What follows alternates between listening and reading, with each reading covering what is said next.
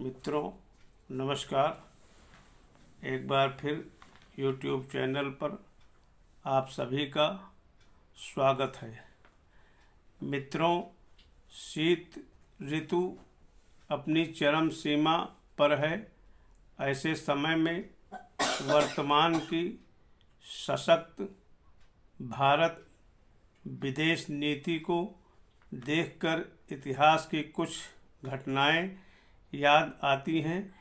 जब 6 आतंकवादी भारतीय विमान को अपहरण कर कंधार की विदेशी धरती तक ले जाने का दुस्साहस किए थे, जिसमें 189 यात्री सवार थे, और वो भी ये अपहरण ऐसे समय में हुआ जिस समय देश के उपराष्ट्रपति का निधन हो गया था।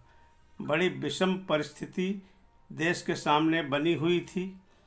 उस समय की एक पुरानी कविता लिखी थी जो आप सभी के समक्ष प्रस्तुत है कि एक ओर पूर्व राष्ट्रपति का निधन बंधु, एक ओर देश के विमान को उड़ा लिया, 189 जान जोखिम में डालकर बच्चे बूढ़े औरतों को साथ में लिवा लिया।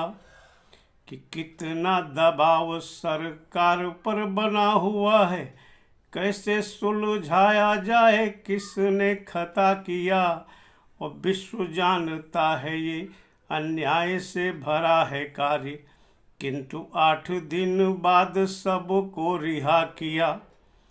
और उस समय देखिए क्या थी हालत कि इनके या उनके परिजन किसको किसको समझाए हम।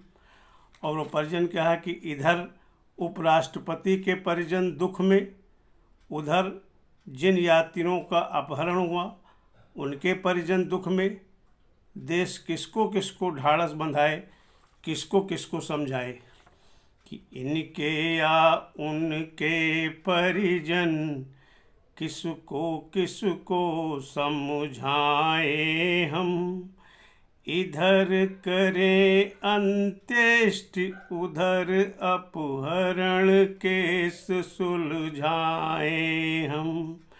विषम परिस्थिति बनी हुई है बंधक तालिबान में, संकट में संपूर्ण देश, खुशहाली पाकिस्तान में। और देखिए कि 6 आतंकवादी दे रहे चुनौती देश को है, राम जाने ये कैसे बंधक छूट पाएंगे। वो एक भूल पहले जो एक राजनेता ने की, और वो भूल क्या थी? वो भूल रूबिया अपहरण, जिसमें देश बहुत शर्मसार हुआ। कि एक भूल पहले जो एक राजनेता ने की, दूसरी जो कहीं आप लोग दोहराएंगे, तो भविष्य में हमारे लोग, तो भविष्य में हजारों लोग होंगे किडनैप, और बदले में हमारा बहुत कुछ ले जाएंगे। तो इतना लचीनापन देश में बना रहा तो देख लेना, हम फिर कहीं के ना रह जाएंगे। और देखिए इस विमान अपहरण के पहले रूबिया अपहरण हुआ था, जिसमें 10 लाख और 4 खूंखार आतंकवादियों को छोड़ने की मांग आतंकवादियों के द्वारा रखी गई थी। और उन 4 आतंकवादियों को पकड़ने में कई जवान शहीद हुए थे।